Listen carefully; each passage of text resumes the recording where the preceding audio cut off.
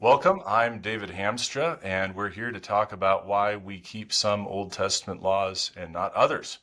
I'm joined by Roy Gane, Michael Younker, and Keldie Paroschi, and I'm going to introduce a paper I wrote on the subject and then give them all a chance to react to that, and then hopefully we'll have a good conversation together. So, as is the case these days, I asked my artificial intelligence assistant, OpenAI O1, to draft a little introduction to this, which I will try to read without butchering. And then we'll turn things over to Roy, Keldie, and Michael for reactions and comments. So here's what the AI wrote. Good evening, everyone. Well, it's actually morning where we are. And welcome to our discussion of David J. Hamstra's insightful paper. This is a very glowing AI. The Salvation Historical Continuity of Resident Foreigner and National Corresponding Holiness Torah Abstentions. For those who haven't had a chance to read it yet, I'll provide a summary to set the stage. Hamstra tackles a fundamental question in Christian theology. Which Old Testament ritual abstention should Christians continue to observe today? This debate traces back to Christianity's beginnings. Jesus emphasized the enduring significance of the Torah and the prophets in Matthew 5:17-19, suggesting a continuity that Christians must consider. Hamstra examines how the early church addressed this issue, focusing on the Jerusalem Council's decision in Acts 15. Confronted with whether Gentile converts needed to observe rituals like circumcision, the council concluded that Gentile Christians should abstain from certain practices. 1. Things offered to idols, that is idolatry. 2. Consuming blood and meat from strangled animals. 3. Sexual immorality. These prohibitions align with the Torah's instructions for resident foreigners in Leviticus 17-18. Hamstra emphasizes that these instructions are rooted in the covenantal relationship God established from the beginning, established with humanity from the beginning, tying back to moral and relational terms given to Adam and Eve and reaffirmed to Noah. This underscores the universal significance of these principles across salvation history.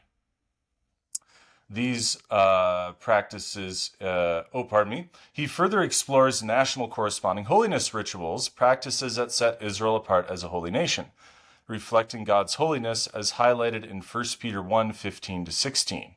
Peter urges believers to, quote, be holy for I am holy, echoing Leviticus 11:44-45. Hamstra delves into how Peter encourages Christians to live in ways that correspond to God's holiness through concrete practices. These practices include abstaining from idolatry, observing the Sabbath by resting on the seventh day, avoiding sexual immorality, aligning with the creation narrative of male-female union, abstaining from unclean meats, avoiding occult practices and spiritualism, and refraining from blasphemy against God's name. Hamstra argues that the apostles saw these practices as enduring elements regulating our relationship with God. This provides a framework for modern Christians to discern which Old Testament rituals remain relevant, distinguishing between rituals fulfilled in Christ and those with ongoing moral significance. Highlighting the continuity of these abstentions, Hamstra suggests they shape Christian ethics and worship today, deeply connected to our identity and relationship with God. The Jerusalem Council's decision serves as a precedent, informing our understanding of Christian practice. By interpreting the Torah's instructions in New Testament context, the apostles provided a basis for integrating Gentiles into the church, balancing boundary-defining rituals with the inclusive gospel. Thank you, and I look forward to our engaging conversation. How do you think the AI did, everybody? That's not too bad, I thought. Okay, we're going to turn things over to Roy Gane. Roy, you'll have to unmute yourself. I've just muted a couple of you who were getting some noise in the background there. So go ahead. We'll give 5-10 minutes for reaction, and then we're going to work our way from Old Testament to New Testament and finally up to ascend to the mountain of theology with Michael at the end. Go ahead, Roy. And let me pull you off of mute here. There we go. All right. Yes, David Hamstra's article is rich and very much on target, very practical, very needed. I greatly enjoyed it, learned from it, and recommend it definitely. I think everybody needs to read this article. It's very, very helpful. Um, some things that I especially appreciated were, first of all, the continuity between laws for the ger, that is the immigrant, resident alien. Ger is the Hebrew word for that person who was not just a visitor in ancient Israel, but it was a person who settled there sort of um, on a semi-permanent basis. I mean, they could stay there without plans to leave necessarily. They could be integrated permanently, rather than just, for example, a businessman passing through. So the ger is a big topic in the Pentateuch and very important. And the concern for the ger is remarkable in the context of the ancient Near East, because in the laws of Hammurabi, Middle Assyrian laws, all the Sumerian laws, and Middle Assyrian and Hittite and other laws of the ancient Near East, we don't find any concern for protecting foreigners. But these people were non-Israelites living among Israel. And it even goes so far as to say, and the epitome of this is in Leviticus 19:34, where it says, "You shall love the ger as yourself." See, in Leviticus 19:18, "You shall love your neighbor as yourself," presumably the fellow Israelite. But in 34, it says, "You shall love the ger as yourself." So it has been assumed by many that Acts 15 was a very revolutionary kind of situation where they said, oh, we don't need circumcision for the Gentiles, and therefore this really it boils down to just three things that they have to observe, and this was sort of made up on the spot. Nothing of the kind. All that was happening was recognition of the earlier principles in the Torah. Number one, the ger doesn't have to be circumcised, okay, but could live within Israel. And then, secondly, these laws, as David Hemstra has correctly pointed out, come from Leviticus 17 to 19, especially the three principles of abstaining from things polluted by idols, sexual immorality, whatever is being strangled, and from blood, that's referring to improper slaughter, and so on. These were the three things that were singled out in Acts 15, verses 20 and 29. These things were not just pulled out of thin air, they came directly from the Torah, from the so-called holiness code in Leviticus, where these are things that were required by the ger. The ger didn't have to be circumcised, but the ger had to observe these things: no sexual immorality, no idolatry, and the dietary law, at least in terms of proper slaughter. And there were other things too, as you correctly point out, that were required by the ger, but these ones are singled out, and we can talk about why those things and not others, because there were other requirements. Now, of course, the requirement in Leviticus 16, verse 29, for the ger as well as the native Israelite to practice self-denial on the Day of Atonement, that's something that we don't do today because we don't have the temple to do the Day of Atonement as they did then. It's true that Jews celebrate Yom Kippur, but we don't have the requirements in the same way, for the same reason that there was the temple there. And furthermore, in the New Testament, these things are shadows of Christ, which is to come. So that's something on the ger that wouldn't apply today, but the other ones would. And we are Gentile Christians. Our family did a DNA test, and my mother has a little bit less than 1% Jewish. So that doesn't make me Jewish. And yet, so I'm a Gentile Christian. You could call me Roy the Goy. Goy means Gentile in Hebrew. But so Roy the Goy. But I believe that I need to be practicing these things because, one, they go back to, of course, what the Israelites had that was directed by God for the ger, and I would be in that category of a foreigner. And then Acts 15 simply reaffirms what's already in the Pentateuch. Then a few other things more specifically.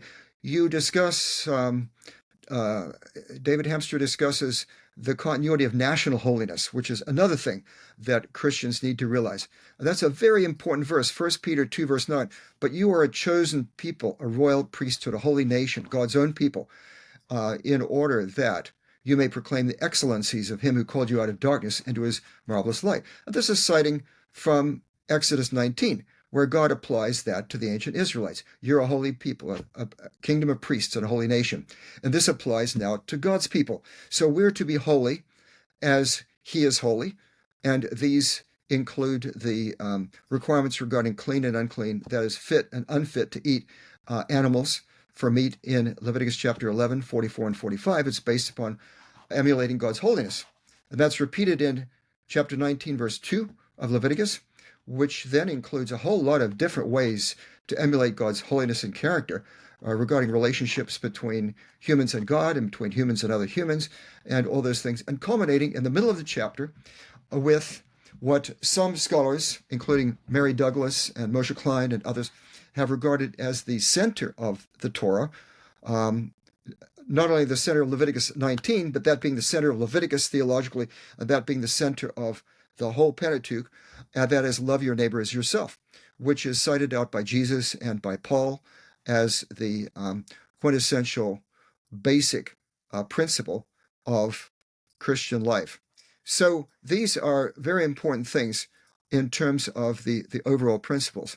Now, one thing that I found very insightful in Hamstra's article was the Sabbath was not an issue, and I had realized that.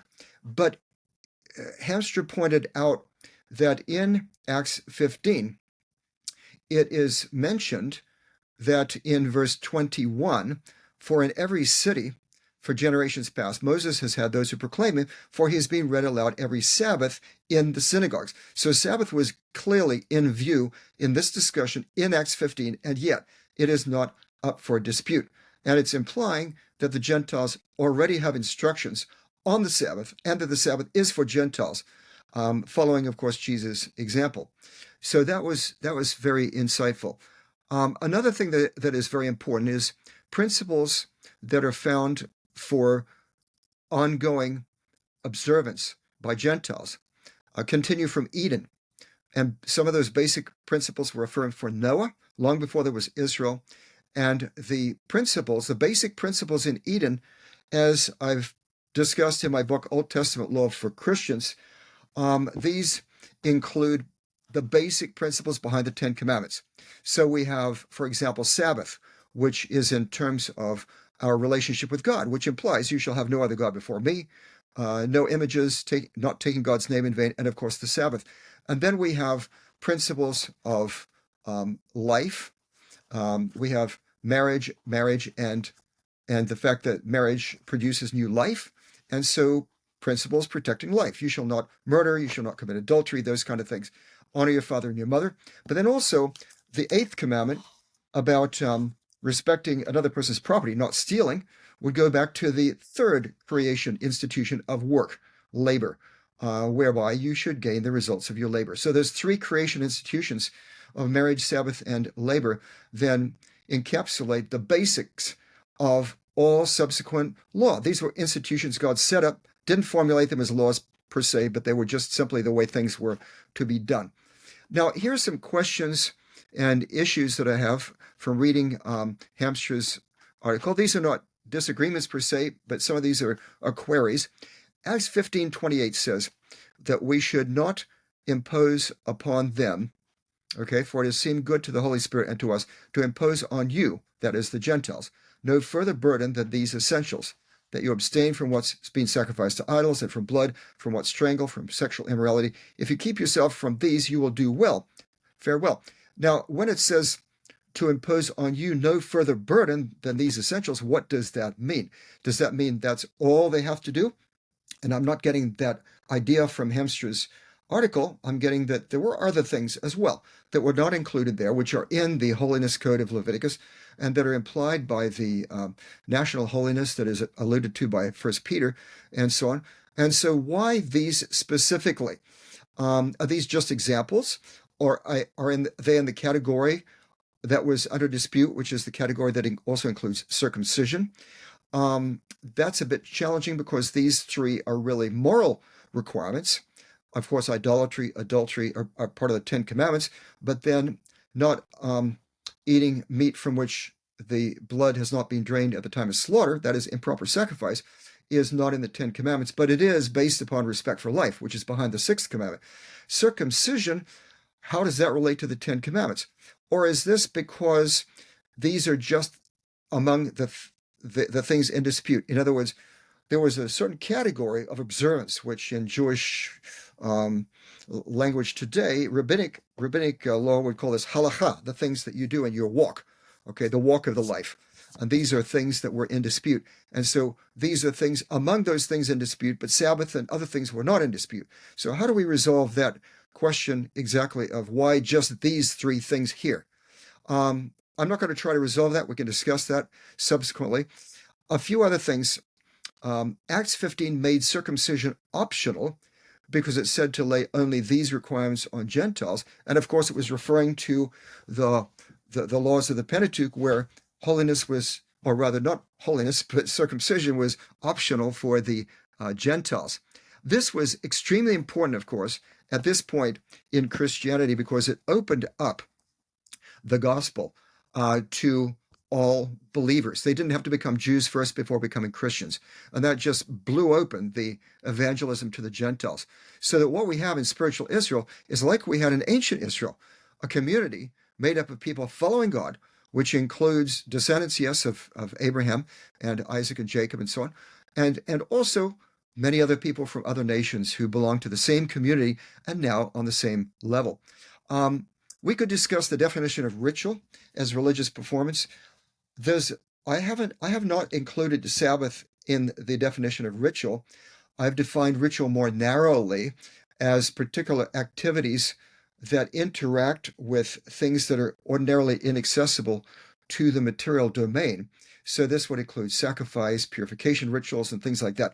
I haven't included Sabbath as a ritual per se. And I think that, ritual is one of those terms that's rather expandable and contractible, so we can talk about that. One thing we don't want to do, however, is label Sabbath as part of ceremonial law because it's ritual, and thereby say that the Sabbath is done away with because it's simply part of the ceremonies that pointed forward to Christ. Sabbath was there long before the need. It was there before the need even for the ritual shadows, because the Sabbath was created before the fall, and therefore it continues. It's just part of the cycle of planet Earth, and that's the weekly cycle that we still have. So it's not part of the ceremonial law, although it was honored by and kept as part of the ceremonial law. But Sabbath is also moral law. It's also a health law, according to Exodus 23, where it's for rest, including for humans and animals. And it's also honored by the civil system, where, for example, a guy who was gathering sticks on the Sabbath was prosecuted under the theocracy, which we no longer have today.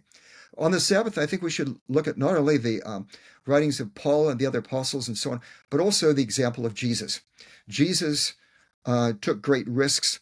He was reforming the Sabbath at great cost.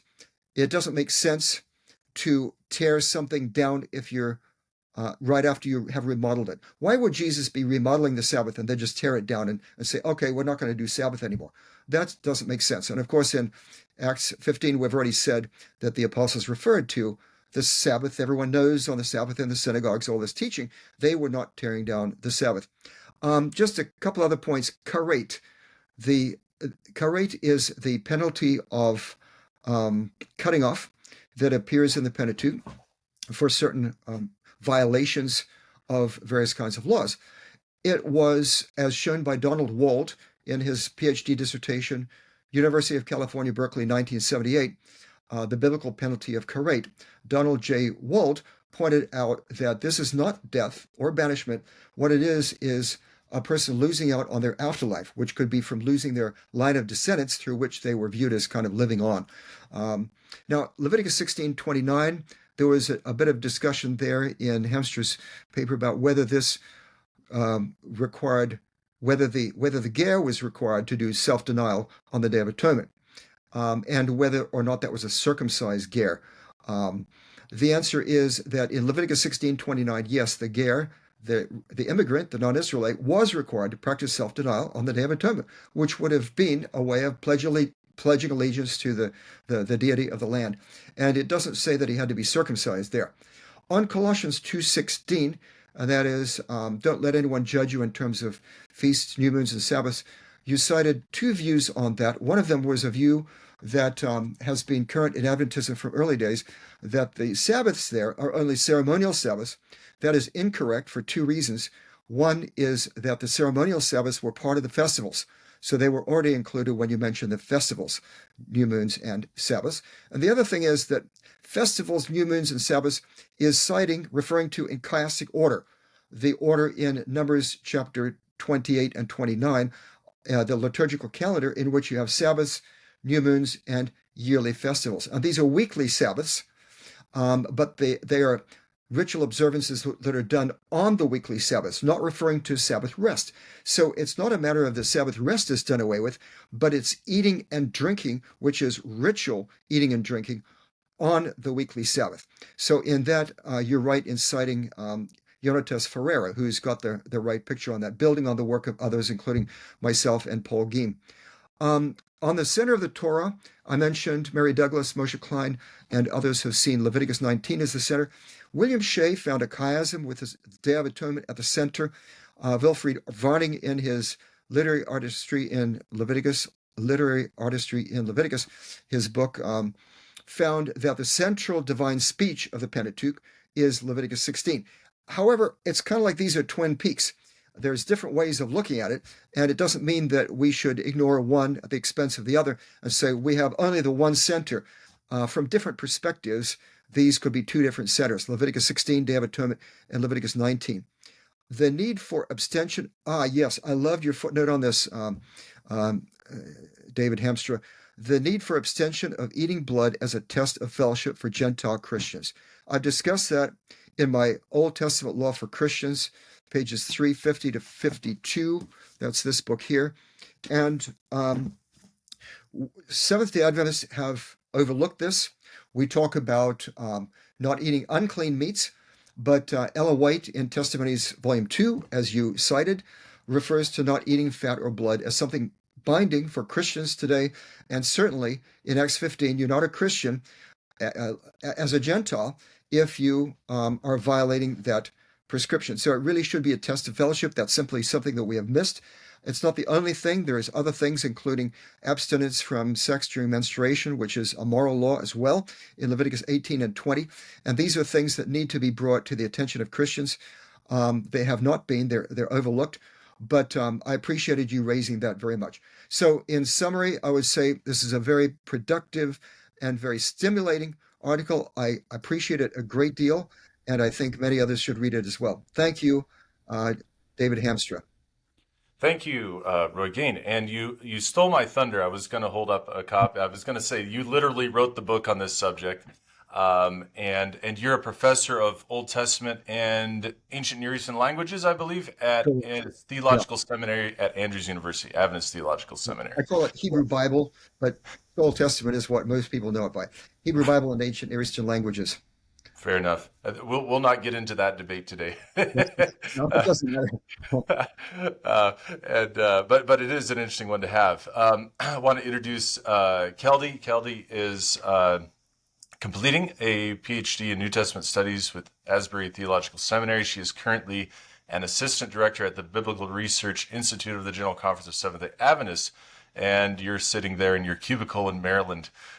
We are happy to have you and to bring a New Testament perspective to this. So please go ahead. The time is yours. I can mute too.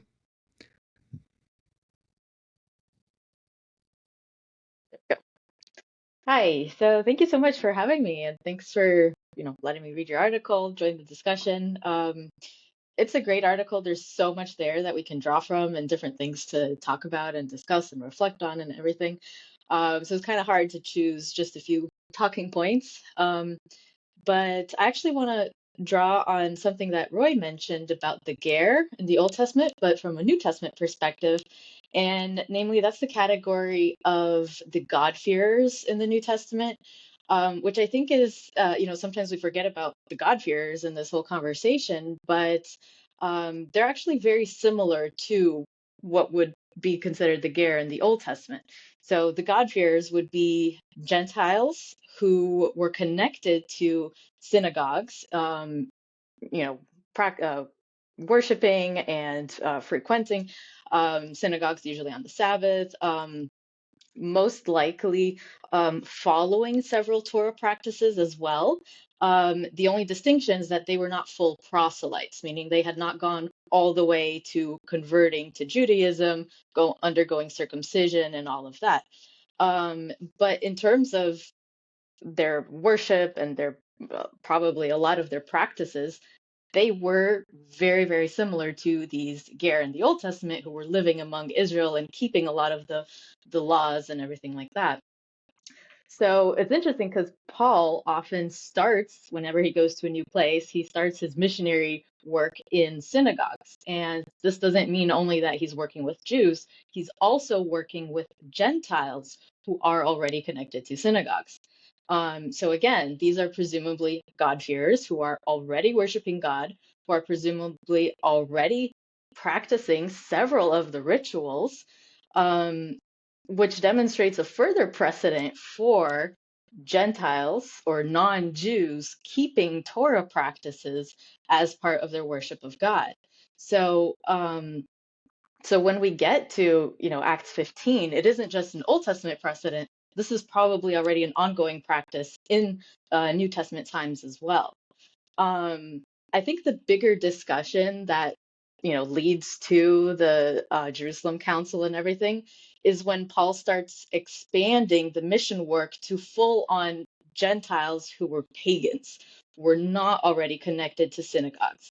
So, you know, they were fully participant in idolatry and sexual immorality and all of that. That was just part of their lives previously to becoming Christians, different to the God-fearers who were already, being scrupulous about some of those practices. So it became difficult when Paul started reaching those pagan Gentiles. Okay, what is important for them in order to become Christians and Christ followers? What are the practices that applies to them and things like that? So I think that's an important part of where this whole discussion comes in, is keeping in mind these were Gentiles who are coming from fully pagan backgrounds. And the second point, too, is that it's in this context of Paul going and reaching pagan Gentiles for the gospel that we have the discussion with some of these Jewish Christians who started advocating that, well, these Gentiles need to go all the way and become circumcised before they can become Christians. So, yeah, so that's kind of where, a lot of these tensions and discussions show up in the New Testament. Yeah, and I think also, it's exactly these pagan practices that show up again and again in the New Testament. Sexual immorality, idolatry, blood. These were all core elements of pagan worship and lifestyle. So the fact that they keep repeating them over and over again in the New Testament doesn't only mean that, okay, these are the only important things that we're drawing from the Old Testament. No, these are just the things that were most relevant, that were most discussed, that were most applicable to the situation that these converts were coming from. Um, you know, I think you point out very well, David, in your article that, the fact that the New Testament doesn't discuss every element of continuity doesn't mean that they're no longer relevant. It's just that they were not under contention. So if we understand this whole context of where the Gentiles are coming from, we can understand better why some things were harder for them to understand and why they're repeated so much. Yeah, so that's where I think, a lot of the background for the Jerusalem Council comes in. Another point was I think you mentioned the point about Paul's teaching about removing a sinful person from the community in 1 Corinthians chapter 5. It's the same issue, right, that is prohibited in the Old Testament and here in Paul's, the issue of sexual immorality. The difference is how to deal with it. And I think you point out, David, very well, the difference in the salvation historical time frame, which we find ourselves in. And also, it's a matter of the nature of the church, right? It's not just a matter of the church is now a spiritual temple, but it's also just a purely practical geographical issue. How do we regulate? Like, it's easy to regulate people living within your borders, within your house, what they should or should not do. it's much harder when they're outside, living out there, um, living abroad, and still expected to follow some of these things. So, um, yeah, I think that geographical issue of how, there were now Gentiles converting that were living outside of Israel and far away from Jerusalem, and how do we how do we keep an eye on them? How do we help them learn what it means to live like a Christian? Um, Another point that I wanted to talk about here was progressive revelation. So I think it's very important, very helpful to think about it in salvation historical terms, like you were mentioning. And I think progressive revelation is a part of that as well. Um, the whole idea of rituals. Rituals help people put ideals into practice, regardless of whether they understand why or why not it's important. I think you had a footnote on Milgram talking about this, that the Bible is rudely pragmatic instead of simply teaching ideal abstractions. Um, and, I think with time, yeah, we can come to understand the reasoning behind some rituals, whether it's in the New Testament, how it reconceptualizes some Old Testament practices, or today when we have the advantage of, studying scripture from a whole. Um, but there is this element of progressive revelation. The point is that understanding the reasoning or the ideal behind these ritual practices doesn't invalidate the ritual itself, but it actually confirms it. Because now that we better understand why and how these practices are connected with our relationship to God, it becomes even more important to put them into practice. That's where I think your point about understanding that these are rituals connected to our relationship with God, to the what you call the corresponding holiness ideal. I think that's very important. And I think this is also an important way of kind of understanding just Paul in general. He talks a lot about the law as a pedagogos, the teacher leading us to Christ.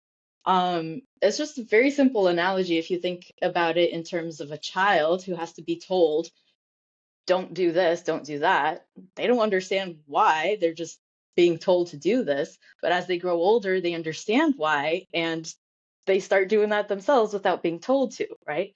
So I think that's a similar idea to how Paul talks about the law in general and how we should think about some of these rituals as well. Like they're not, you know, it's not just a matter of salvation history, but it's also a matter of our own personal journey of growth with God, that maybe we don't understand things in the beginning, but we do it because God asks us to. And the more we grow in our relationship with Him, the more we can practice these things out of our love for Him and out of our understanding of His holy character and all of that. And in fact, that's a very important point in the New Testament, right? That, sheer obedience without a growing understanding of God and a deeper relationship with Him just leads to legalism and judgmentalism and all of that. And obviously, that's not the right way to do things. The last point I wanted to mention was you bring up the topic of blasphemy and how that's not really discussed a lot in some of these conversations and all that, even though we can infer that it is a continuing ideal. I just wanted to bring your attention to Carmen Imes. She's an Old Testament scholar, wrote the book called Bearing Yahweh's Name at Sinai. So she writes about the commandment to not take the Lord's name in vain. And she concludes that this commandment is representational. So it's not just about what we say or don't say or how we use God's name. It also is about bearing the responsibility to represent God's character of holiness to all the nations, which has obviously significant ethical consequences. So I just have a quote here from her conclusion. Instead of limiting application to a particular type of speech, the representational reading encompasses everything God's people do or say. No area of life is untouched by this command because Israel bears the name in everything she does. this embodies the heart of what it means to be a member of the covenant community. So obviously, she then extends this to how this includes practicing and keeping the other 10 commandments, but it definitely encompasses what you're talking about in terms of ritual practices that have this national holiness correspondence. We're members of the covenant community today, and we're still called to bear God's name in what we say and do. And I think that obviously it includes reflecting on these rituals and ritual abstentions that continue to apply and continue to represent God's holiness in our lives and in the church today. So yeah, those are just some of my thoughts. Like I said, there's a lot that I could draw from, but these were the main ones that I singled out to talk about. Excellent. That was great. Thank you, Keldie. I'm always coming across stuff that I'm going, man, I wish I could have had that in the footnotes. And thank you, Roy, for complimenting my footnotes. I've never received a compliment on my footnotes before, so I really appreciate that. I will definitely look up Carmen Imes. That sounds awesome. But we'll move now to Michael. Michael, can I call you a philosopher, theologian? You work in the area, especially of God and time, and get into some of these, contemporary cultural questions that I love to deal with in some of my other research. So I've really enjoyed bouncing ideas off of you in the past, and I thought you'd be a great person to reflect on, maybe the underpinnings and the overarching implications of the work that I have attempted to present here. So we'll give you a bit of time. Go ahead, Michael. Thank you, David. And I do want to share that I'm glad that you invited me, and I enjoyed reading your paper and reflecting on it. And it is a very fresh and invigorating way to explore issues that obviously Christians have thought about for a very long time. And so I found that you'd put together a lot of details connecting different concepts throughout the Old Testament to the New Testament. And of course, Roy and Keldie have just covered some of that ground, but it was a very fresh way of exploring questions that we still ask today as Christians. Several things jumped out at me as I read the paper, but I'm going to comment on it, as you just mentioned, more from a philosophical perspective. Rather than the biblical perspective that has just been shared, because we often live today, or are interacting with, as all of us are aware, a less biblically literate society. People are not really aware of what the Bible says in detail as much as they used to be, particularly in the West, but of course in other non-Christian contexts this has been true as well, and it is true.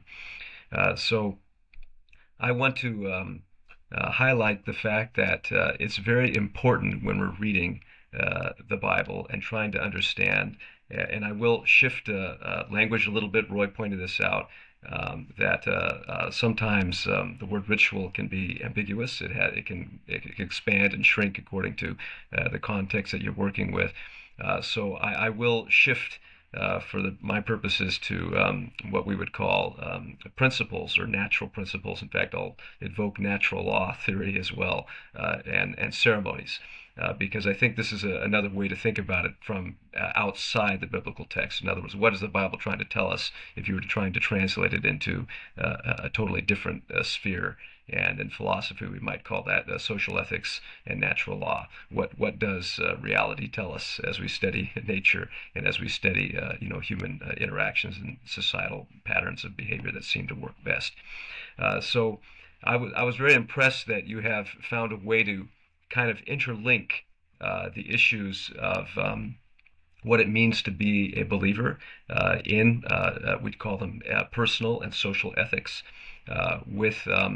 with the biblical conception of having believers and non-believers, and that was addressed both from the Old Testament and New Testament perspective. The Hebrew Bible is aware of the fact, the Jews were aware of the fact, that they would encounter people that were not really Jews, that were not adhering to the full worldview that Moses and the Torah and so forth, the prophets, are advocating. They're going to encounter an alternative, someone else from the outside that's going to be living with them and sharing with them. And the Bible, or the Hebrew Bible, in a very unique way, as Roy pointed out, addresses this issue.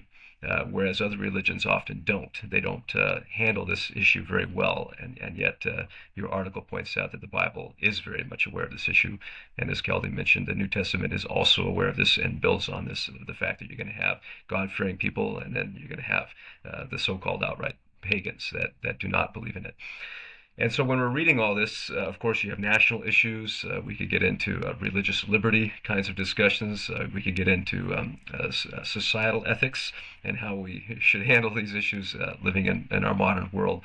But you found a way to combine it all and point out to me very clearly that everything that has continuity, we would say salvation continuity, can be rooted in, we'd call them first principles, okay? Things that predate the fall, predate the changes in the world that come with the need for having a Savior. And this is very important to understand, since many of the rituals or the abstentions of said rituals are related to the question of when did this become important? You ask about the question, or one of my areas of interest is time. Well, when did these things become important and why? And if you're thinking about the clean and unclean foods, for example, we often present that as a ritual, so to speak, a religious concept or a ceremony somehow that is performed by religious people. But you're trying to show, I think, effectively that if you really think about it, these ritual activities are rooted in certain principles that can be rooted in science or natural law orders based on the way that things actually are. And of course, your paper doesn't extend that into the philosophical applications of today, but you would find that scientific evidence now affirms many things that the Bible said without giving any so-called scientific reason for it. And so the reason that certain things are clean and not clean is not an arbitrary divine decision that is just shared without any connectedness to the rest of reality. If I may say it, I interact sometimes with Muslim believers, and they also have clean and unclean restrictions, but for them they often are not able to draw any connections to the natural way things are, or to science, or to health science, for why they do it. They don't eat pork because they apparently Allah revealed to Muhammad that this was not a good idea. But there's no connection to any natural health principles or to extend it to any other kinds of animals. And so when you're having discussions with them, they really do see it as simply a ceremony. For them, it is a ceremony, whereas for us, this ritual has a continuity to it that extends before and after any specific religious context or situation. Same thing goes for alcohol versus other substances that are not mentioned. And so I like the way that when you're looking at it this way and you see it all pointing back, when you mentioned of course the Ten Commandments, they all point back or provide the foundation that you then build off of for all of the other particularities that we then encounter. All of the social regulations, in some way or another, many of them are rooted in the Ten Commandments. And if anything can be found to be rooted in a creation ideal, then it has some sort of enduring continuity that still is applicable. And this is the case consistently, and you show that actually quite well, that these principles are enduring. They matter, they last, and they have value. They are not, however, and you also pointed out, I think very nicely, they are not necessarily salvific. And this is what's so important.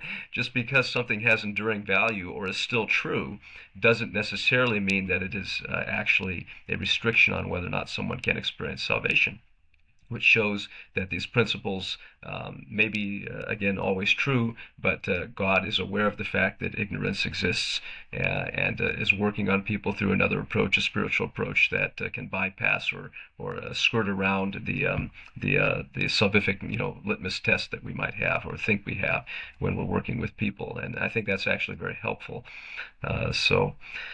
I enjoyed it. There's more I could share on how I think these principles could be applied to the social context that we live in today. We often struggle as Christians to differentiate between what we might call the church and the state.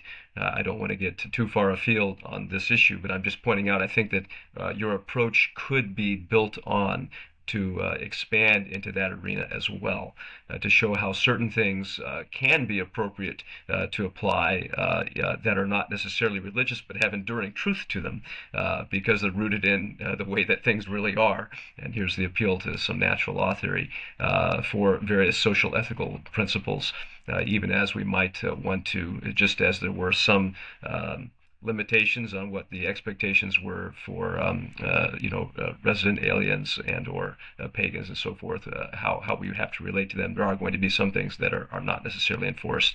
Of course, there may be some differences that need to be pointed out that Roy and others could talk about. In other words, they're not simply identical, but I'm saying there are some connections here I think that could be teased out more that I think would be worth exploring. So I enjoyed it, and thank you for providing an invigorating, again, way to think about these things. In an initial, as I mentioned, a very soft critique, it is confusing to approach this issue sometimes, I think, for outsiders through the language of ritual without, and this is my critique, is it's not that you took the approach you did with the heavy emphasis on the ritual and ritual abstentions, but as I read the article, I did not see the word ceremony or ceremonial at any point. Maybe I missed it. And I didn't see any use of the word principle or social ethics to help kind of translate it for maybe the outside reader or the non-Christian theologian to understand that you're dealing with these two concepts, religious ceremonies and enduring principles or ethical principles, which would be applicable at all times and all places. So, but beyond that, it was a pleasure to read it and provide some good pathways of thought. Excellent. Thank you, Michael. Well, I promised everybody another go around, so let's do it quick. You can get your questions out on the table that you want to discuss. I know, Roy, you already gave us about 3 of them. I'll try to work through those, but maybe you can just take a moment if you want to react to anything Keldie or Michael said. We'll definitely have to take up this category of ritual in our ensuing discussion, but so that is promised. But is there anything else you might want to say, Roy, and then we'll come to Keldie and then back to Michael. Oh, you'll have to come off of mute. There we go. I'll have to unmute everybody, I think, for this part here. Yeah. Go ahead, Roy. Okay, it's a mute point. So Keldie, I think, really said something important that helps to answer the question that I raised about why these 3 issues in this context of Acts 15, and that is that not only were they dealing with God-fearing Gentiles, and that's what's referred to by these things have been proclaimed every week in the synagogue. Those are the God-fearers, but then there was evangelism to other Gentiles, and these were key issues, as we can see from not only the New Testament in Corinthians, especially dealing with Corinth and so on, but also and Keldie knows a lot more about this than I do, the backgrounds, the social backgrounds of the Greco-Roman period and the things that they were involved in. Carmen Imes, bearing God's name at Sinai, thank you, touching all areas of life. By the way, that's related to the 3rd of the 10 Commandments, which refers to not taking God's name in vain, which covers many things. As one writer on Old Testament law said, that this really is sort of infinitely expandable to cover everything. What is God's name? In Ezekiel, it's his reputation, everything that pertains to him. So anything we do under the covenant umbrella of the Lord is going to affect his reputation. And so that's really important for us. It deals with all of his will in our lives. Now, Michael Younker referred to natural law, basis for social ethical principles. I'll just ask the question, what is natural law? Really, ultimately, natural law is how God set things up at creation. We could talk about the natural law of gravity, right? Why do we have that? Well, we don't have to have gravity. You know, you go out into outer space and you just kind of float around, right? But the way God set things up on this world, that is what becomes then natural law. And that goes back to Eden, as came out in Hamster's article. I'll respond just to a couple more points. By the way, it's very important to recognize what Deuteronomy 10:13 says. Moses says that these laws are for your good. For your good. They're not arbitrary. In that sense, it's tied to the idea of natural law. This is what works here for a natural cause and effect. And so God is not being arbitrary. And the things that are referred to in Acts 15, which include against immorality and idolatry and also eating meat with the blood, these are not arbitrary. These are things for your good. It's not just to be elitist or achieve salvation or something like that. Regarding Leviticus 11 and the dietary laws of so-called clean and unclean meats, which is the unfit or fit meats to eat, this is going back to creation, according to Jerzy Moskala in his second PhD dissertation that he did at Andrews. He shows that although, yes, it's true that science can affirm that some of these distinctions relate to health. For example, an ichthyologist pointed out in World War II that American servicemen needed just one rule of thumb, well, two rules of thumb. When they would pull something out of the Pacific Ocean to eat it, and it wasn't trout or salmon like they were used to, if it doesn't have scales or fins, don't eat it. So some of these things are based upon science, but other ones are more difficult, like the camel. Why is the camel not fit to eat, and so on? But of course, Leviticus only gives the answer in verses 44 and 45 of chapter 11 that this is holy. In other words, we need to just accept what God says. It's like radical obedience, as Keldie said, when a child needs to obey a parent. But Dr. Moskala pointed out, additionally, that these things do correspond to some things from creation. For example, we don't eat predators and things like that. And so, again, this goes back to what we could call the natural law or whatever God set up in creation. I'll stop there because the rest of what I have to say is all about the definition of ritual. Excellent. Okay. Keldie, you want to jump back in with anything? Any comments, questions for future? Well, just one thing that I just remembered, because Roy mentioned how, the pagan context is very important. An additional issue is that a lot of these practices that were very pagan, idolatry and blood rituals and all of that, even sexual immorality, were intrinsically connected to loyalty to pagan gods, but also to national identity. So their identity within the Roman Empire, their identity as Roman citizens, and all of that kind of thing. In the Roman Empire, there were so many religious festivals all throughout the year, but they're not just, the separation of religious life and civil life like we have today. It's participating in all of these religious festivals meant that they were faithful, loyal subjects to the emperor and things like that. So it's not just a matter of practices and what is ethical and what is not. It's also a matter of loyalty. Who are you loyal to? Are you being loyal to the emperor and all these pagan gods, or are you being loyal to the God of Israel, the one true God? So that's another important point that, there's been several New Testament scholars who have pointed this out, that it's also this intrinsic issue of loyalty as well. It's very, very important, I think, in this context. And So just another, if I can just interrupt you. So national corresponding holiness would then be really an expression of loyalty to God and to his kingdom, right? Like yes, that's what it means to be absolutely. holy. You're loyal to God and his kingdom above, and to the exclusion of, maybe we could even say, these other gods, and somewhat to the exclusion of these other kingdoms. Paul will qualify that, of course, in Romans 13 and so on, right? Yeah. Exactly. Yeah, exactly. And just another thing is just because I'm writing on this right now, but so my research has focused more on the ninth commandment, the issue of bearing false witness in the legal context and stuff. And just, Michael was mentioning how a lot of these are connected to natural law. I don't know exactly how the ninth commandment would be connected to natural law, but it is very connected to what happens in Genesis 3. The serpent accusing God of saying something that he did not do. So, like, truth is very important in the context of the great controversy, which is also, Roy just mentioned the issue of God's reputation, that these things that we do reflect back on God and God's character, our understanding of him.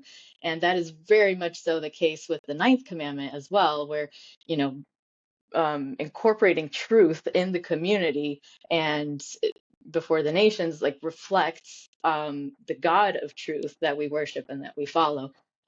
Very important in the context of the Great Controversy. So those are just a few extra things I thought of.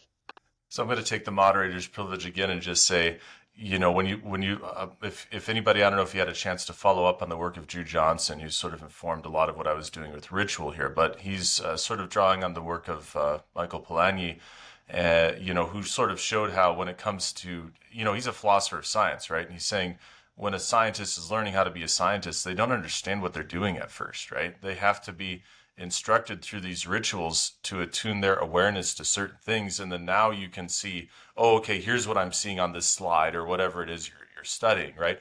And he's saying that God is doing a similar thing with these rituals in the Bible. He's attuning the people's awareness toward truth, right? So there's, even our ability to discern truth depends a lot on our background of experiences, and God is shaping those in a certain way so that we can perceive him.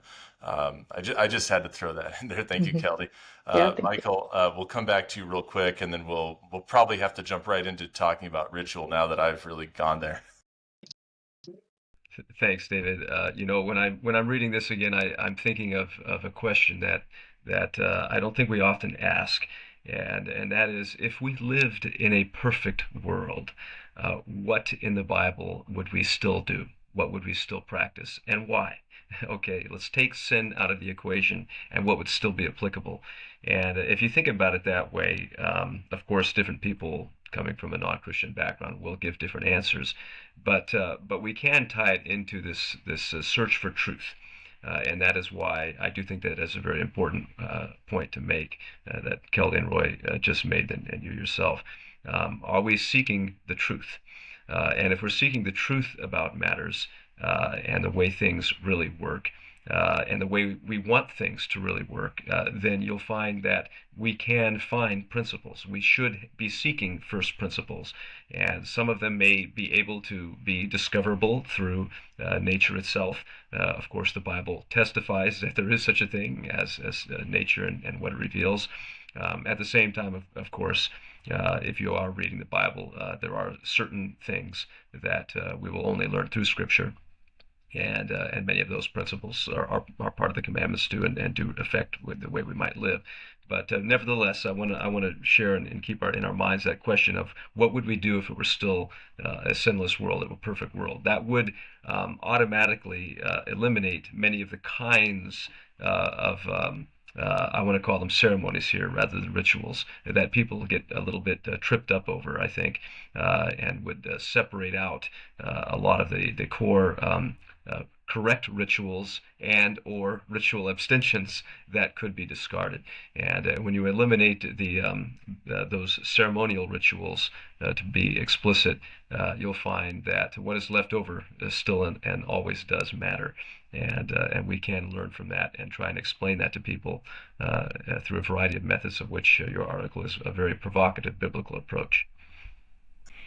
So, Michael, when I was discussing with you the possibility of you coming on and being a part of this, you mentioned a word that starts with the letter C.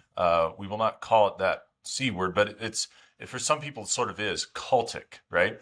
And I think that I wish I had you tell me that before I'd published, because I think that would be a helpful way to sort out the distinction between what I'm trying to look at in terms of ritual, maybe ritual writ large, if we can call it that, versus the way that Roy uses the word ritual in his research into Old Testament law and the sanctuary system, all that, which we could call cultic ritual.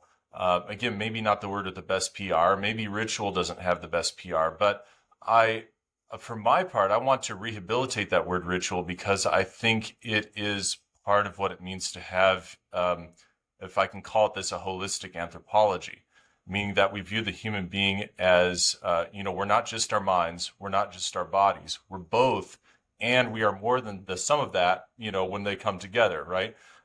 So to be an embodied being, we need to be able to know things with our bodies. And we do that we need to do many things through ritual. One of them is know things, right? As I've discussed.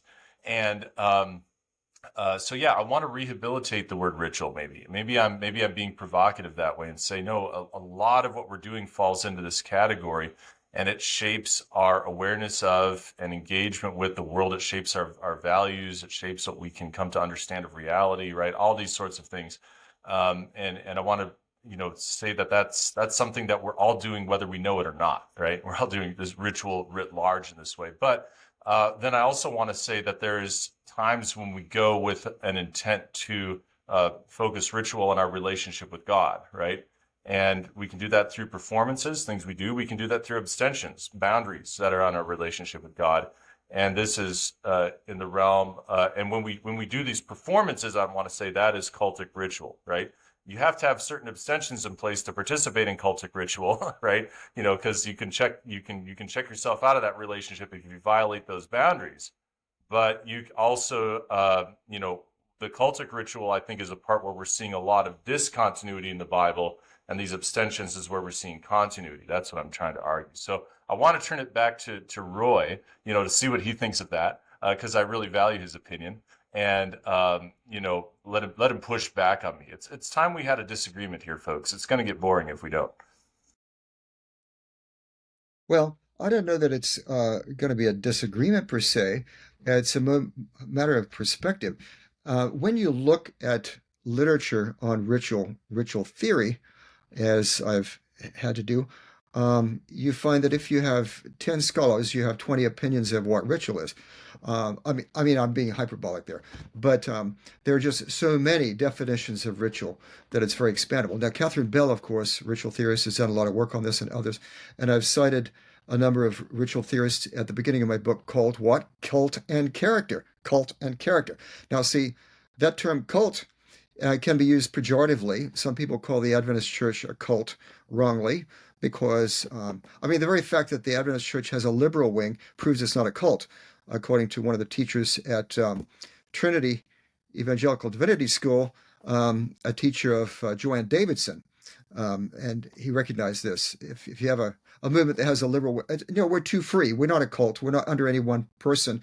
There are others that are, like, David Koresh and people like that. You could even say that, if you have an extraordinarily large organization that is completely hierarchical all the way up to the top, that's a cult. And I won't mention what that could be, even if it has many, many millions of adherents. But in any case, we're not a cult in that sense. But aside from the pejorative use, there's a scholarly use of the word cult, and that is referring to a ritual system. Now, when you have a ritual system, you have, it's centered around a temple in the ancient Near East or a sanctuary, ancient Israel. Those terms are sort of interchangeable in a way. Of course, Israel's original sanctuary was portable, but everything related to it. Now, things related in different ways. You have all the infrastructure around it. You have the building and you have the priests and their duties and all the rest of it. Now, if you want to talk about what is ritual in that context, that is within a ritual system, it would be, okay, when does it begin? An Israelite brings an animal as a sacrifice, let's say an olah, burnt offering, to the sanctuary. And they're supposed to bring it to the entrance of the tent of meeting, according to Leviticus chapter 1. And so they bring the animal there. When does the ritual start? When does the symbolic action start? It's really a transaction. This is a transaction between God and the offerer. It begins when the offerer leans one hand on the head of the animal, thereby, this could be regarded as something that scholars now call indexing. That is, it's not just symbolic, but it's indicating by the action itself that there's a connection between the offerer and his or her animal. And then the ritual begins. The offerer slaughters the animal, and then so on and so forth. And this is a procedure like equivalent to when Abraham fed divine beings in Genesis 18, right? He killed the fatted calf, and his wife Sarah made some bread, grain items, and he fed them drink as well, and this made a meal for the deity. Okay, so this is a symbolic meal, and this is a process, which is an activity system. Now, an activity system is defined by its goal. Like if I'm going to clean my teeth, I got to do certain things to accomplish the result, right? Take out the toothpaste, take it off, put it on my tooth, then I start up or down or whatever, and then I got to rinse it off and so on and so forth. This is an activity system. If something else happens in the middle of that, like I get a phone call, I talk on the phone, that's not part of the activity system. that interrupts the activity system. So I have defined ritual as an activity system, first of all, that is formulaic. It has to be done in a certain way. And it interacts with something or someone that's ordinarily inaccessible to the material domain, like God, or when the high priest puts a bunch of sin on a goat, sends it off into the wilderness in Leviticus 16, those three things would make it a ritual. Now, there are many other religious activities which, yes, have theological significance, and Sabbath would be one of those, respecting the rules of clean and unclean meats, all of God's laws, in a sense. If you want to say all of the activities we do or abstain from doing in the Christian life are ritual in the sense that they all have theological significance to indicate our loyalty to God or not. But if we call that ritual, then we have to say, okay, then there are subsets of ritual that are ritual in a more precise sense. Now, it's true that there's a lot of interaction between these kinds of what could be called ritual and overlap in some ways, but I have referred to ritual itself in the narrow sense, ritual proper, as being this activity system that is really interacting with God in a transaction, which we do now by prayer, by the way. The lifting up of your hands is like the evening sacrifice in the Psalms. And I think it was Rabbi Akiva who recognized after the temple was destroyed, we can do the equivalent of sacrifice through prayer. And that's why Jewish prayer, formulaic prayer, ritual prayer, is so important in that sense. So I would just say, yeah, we just need to define our terms, that's all, and then recognize that there are maybe categories and subcategories and subcategories and so on, and then everything is okay. We'll be friends, right? Yes. Okay. I wanted to come to Keldie because I do think this is a really important distinction, and you sort of pointed this out to me by pointing me to the work of Ben Witherington on this, for making sense of why Paul says in some contexts it's cool to eat meat that's sacrificed to idols, and in other contexts it's not, right? I don't know if you want to talk or about that, Keldie, if you want to do something else. But, I think it's really important, because he's basically saying, if you go to eat meat sacrificed to idols in a cultic setting, you're in big trouble with God, right? But if you just happen to buy that stuff in the marketplace, no big deal, right? Well, so you need that distinction between cultic ritual and, ritual writ large in order to make sense of what Paul's doing there. Keldie. Yeah, that connects actually really well with what I was thinking here. So I'm not as familiar with the whole discussion and literature on rituals per se, but I was thinking about how might the category of liturgy help this conversation, because there are liturgical practices that we do in church, whether it's praying like Roy just mentioned, or singing and offering. There's like all of these parts of liturgy that are in some way kind of ritualistic, and that they're a practice that we do that has a meaning that connects with our worship to God. And these are, I think, many Christians would recognize that these are important parts of the Christian life. We just don't call them rituals, but they're pretty similar in my view. But that's exactly, connected to what you were saying, David, that, some of these pagan practices that you discuss in your article, such as eating meat sacrificed to idols, if you're in this temple context, this is an act of idolatry. This is an act of worshiping a pagan god. Now, outside of that context, the action might be the same, but it doesn't have the same kind of meaning because it's not connected to a ritual like that in that same kind of sense. So, yeah, just wondering if maybe that idea of liturgical practices and the context, like you said, might help the conversation here somehow. Can I just put a PS on that? Keldie, I think you're really right on target, because in the ancient Israelite sacrificial system, there was eating of sacrificial meat as a post-requisite part of the ritual. So that, for example, in Leviticus chapter 7, verses 20 and 21, if a person is eating the meat of a well-being offering, so-called peace offering, shlamim in Hebrew, and they're in a state of physical ritual impurity, that's a problem. They're cut off, which I referred to as losing your line of descendants, or an afterlife in some sense. And so this is ritual eating when it is sacrificial. It's part of the continuation of the ritual, even if you do it elsewhere. But what Paul is saying to others is, if you're just simply eating meat and you buy it in the marketplace and somebody's offered to it at idols, and you You don't know and you don't care, even if you do know, but you're not doing it as part of any kind of ritualized context whatsoever. You're just eating meat. What they did to it, they didn't do anything material to it. What they do doesn't affect it, and you're okay. So there's that distinction. That really solves the problem, I think. I think you've put your finger on it. Excellent. Michael, you're nodding along. Did you want to jump in with anything, or should I move the conversation to another topic? Well, what we're saying when we talk about ritual here, I think a broad definition to explain it to other audiences is the things that we repeat, things that we do more than once in life.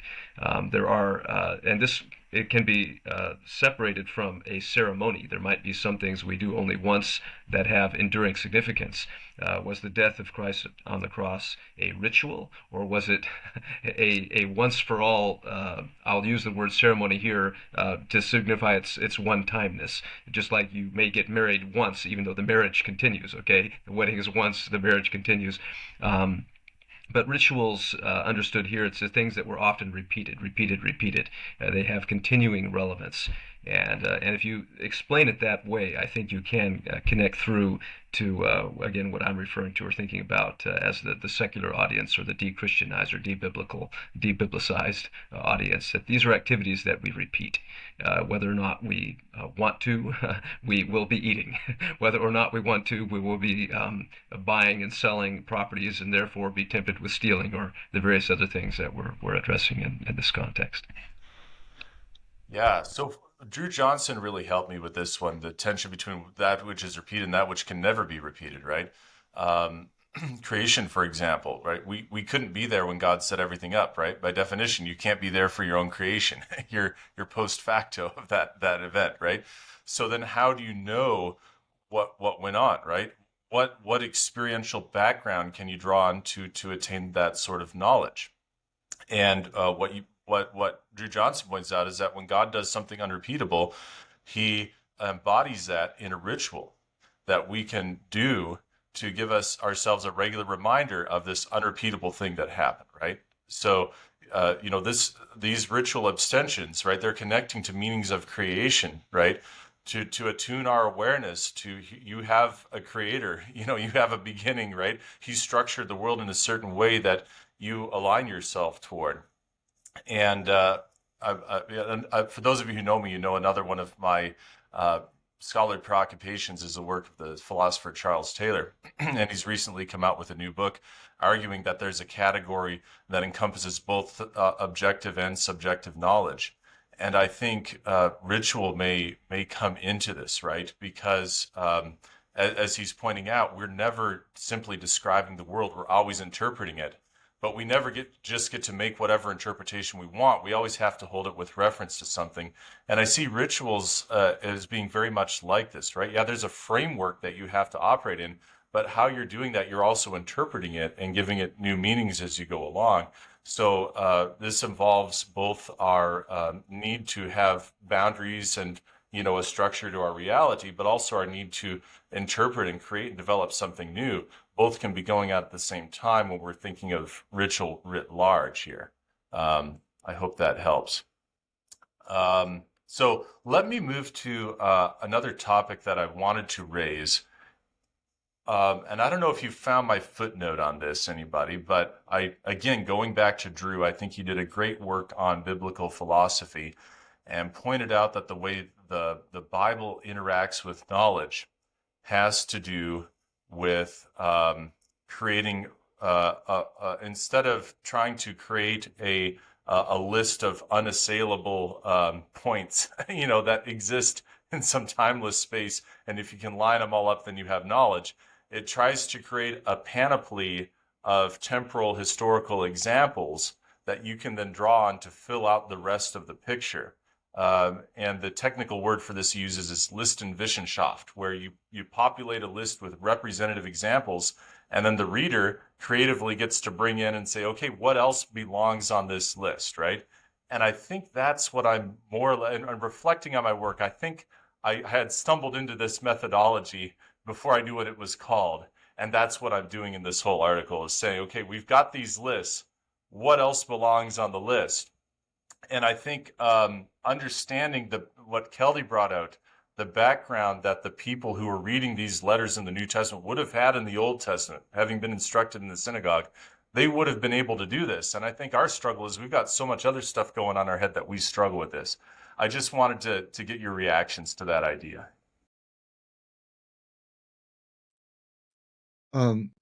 Just a word on List and Wissenschaft. That is, I think you mentioned in the footnote that this was really an ancient Near Eastern practice. They didn't think so much in abstract terms. They would often refer to an abstract concept by giving a list of things that belong to a category, which could be examples, and there could be other things there, but you got the idea. The Bible does this many times, and that way you're sort of supposed to fill in the gaps. In fact, that's the way the whole of Old Testament law operates. As I discussed in my book, OT Law for Christians, it's not comprehensive. Right now in the United States, we have hundreds of people in Washington there, close to where you are, Keldie, who are employed by us at great expense to make laws about everything. I mean, everything practically. Well, that's a bit of an exaggeration, but so many that we have to have lawyers, that we employ. We don't know all the laws. We have to employ someone, pay them a lot of money to figure out all the laws. Biblical law didn't operate like that. It wasn't statutory law in that sense, the modern sense. It was that there are principles that are exemplified in lists, and then you're supposed to fill in the details and apply it by wisdom according to whether the circumstances may be extenuating or the opposite, or whatever they are. You notice the way that David applied the law in Exodus 22 about theft in his response to Nathan's parable about the ewe lamb, right? And he refers to the law, restoration. There's restoration fourfold, I think, in what Nathan said, but David says that man shall die. See, okay, so in Exodus 22, that's not there, but David says there's an extenuating circumstance, something that really amplifies the situation, makes it much worse than that.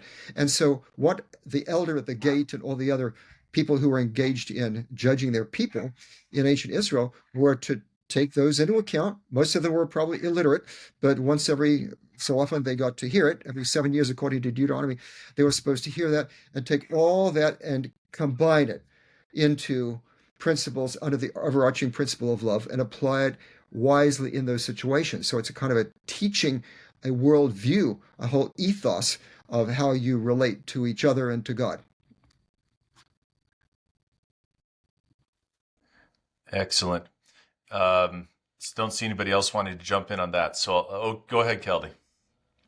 Yeah, I was actually thinking this actually connects a little bit with what Roy was saying with the rabbinic practices and how they, took Old Testament law and like, okay, now we don't have the temple anymore. How do we still apply some of these things to our new situation, right? So this is not just us Christians trying to do this to our situation. Like the rabbis themselves were also doing this in the context of there's no temple anymore, there's no sacrifices and priests and all that. So how do we apply all of this to our situation? So I think like it's an important practice because it helps us to try to dig deeper and try to understand these laws and these rituals and what's behind them and everything. So I think that's important. And yeah. Awesome. The other, I guess, the novel thing I see going on with my paper is this idea that they would have read, Peter's audience would have read, 1 Peter 1, 13 to 17 or so, and would have come into their mind, these places in the law where it says, be holy for I am holy, right?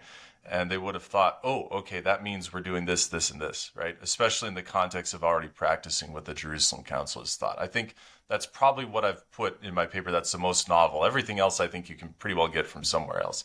So I wanted to get your reactions to that concept before we wrap up this recording today. Mm-hmm. Well, it makes great sense because God is love, according to 1 John 4, verses 8 and 16.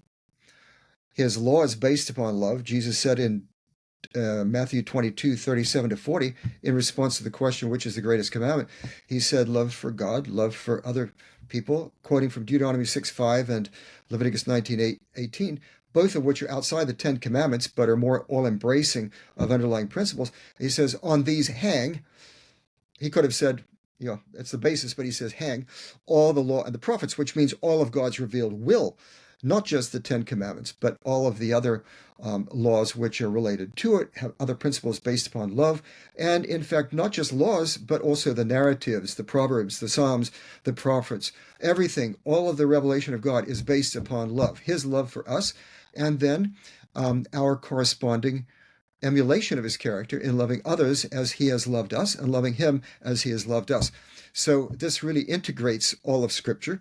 In fact, my Ugaritic and Akkadian teacher at the University of California, Berkeley, his name was Isaac Kikawada, and he pointed out in a presidential address at, I think, Santa Clara, the West Coast Regional Society of Biblical Literature, he pointed out in his address that the whole Old Testament, the three portions of the Old Testament, which are Torah, Nevi'im, and Ketuvim, the Pentateuch, Torah, Nevi'im is the former and latter prophets, and the Ketuvim, the writings, are all really based upon the Torah, because the others just really point back to it. They're based upon it.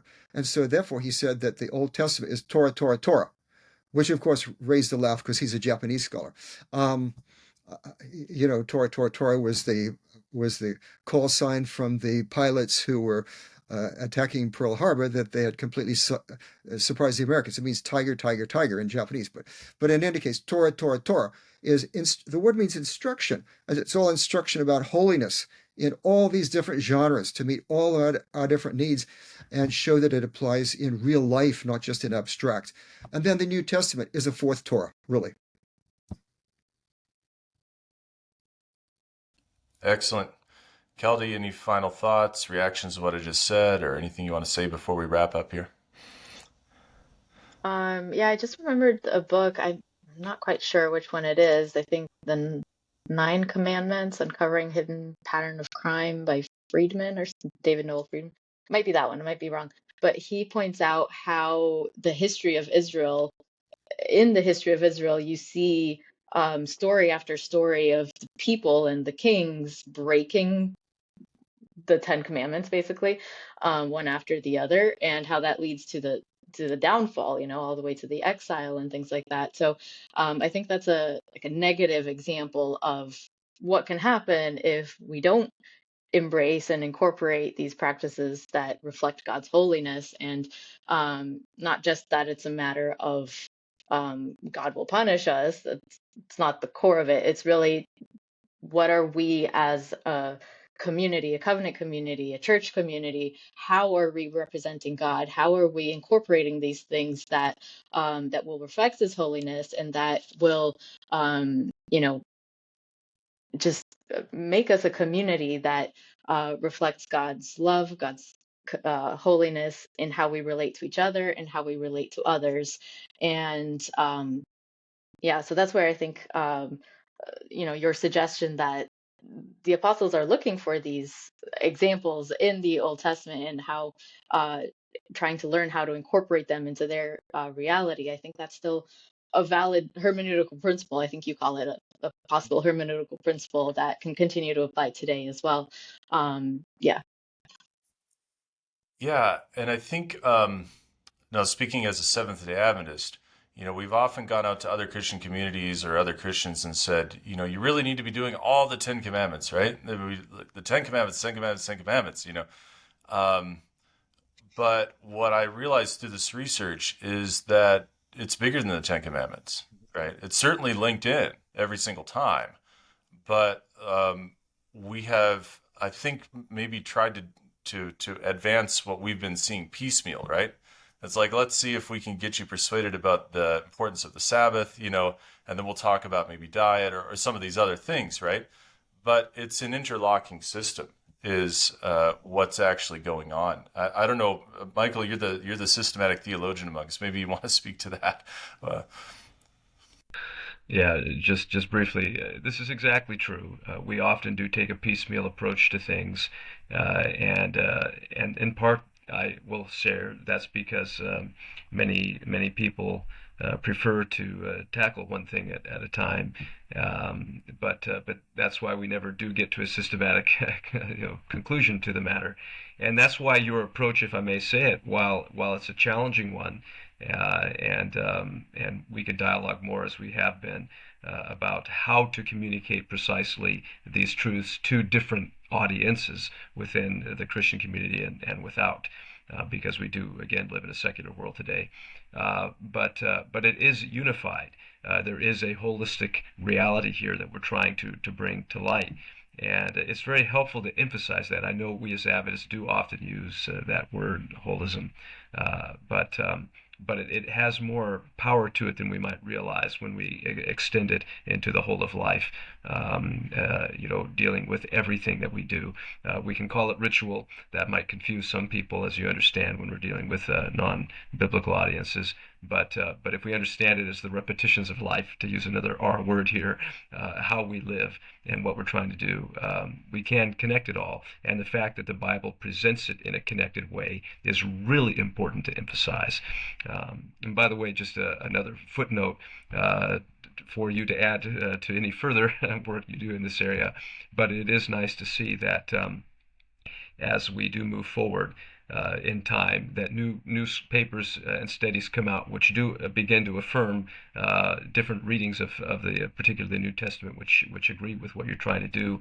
And just another one that I just saw recently was Joshua Strahan, who was dealing with the question: did Jesus nullify the Torah and declare non-kosher foods clean? Again, this is coming from a neutral perspective, we'd say, from outside our particular group or clan or cult, but he offers a much better reading of Mark 7 and how Jesus is trying to deal with how people are actually defiled, the spiritual components, as well as affirming the physical rituals that would go with that, but are not necessarily always tied to the spiritual. So Jesus handles it in a very holistic way that does respect to both issues, both the spiritual reality as well as the physical components. So worth exploring, always more.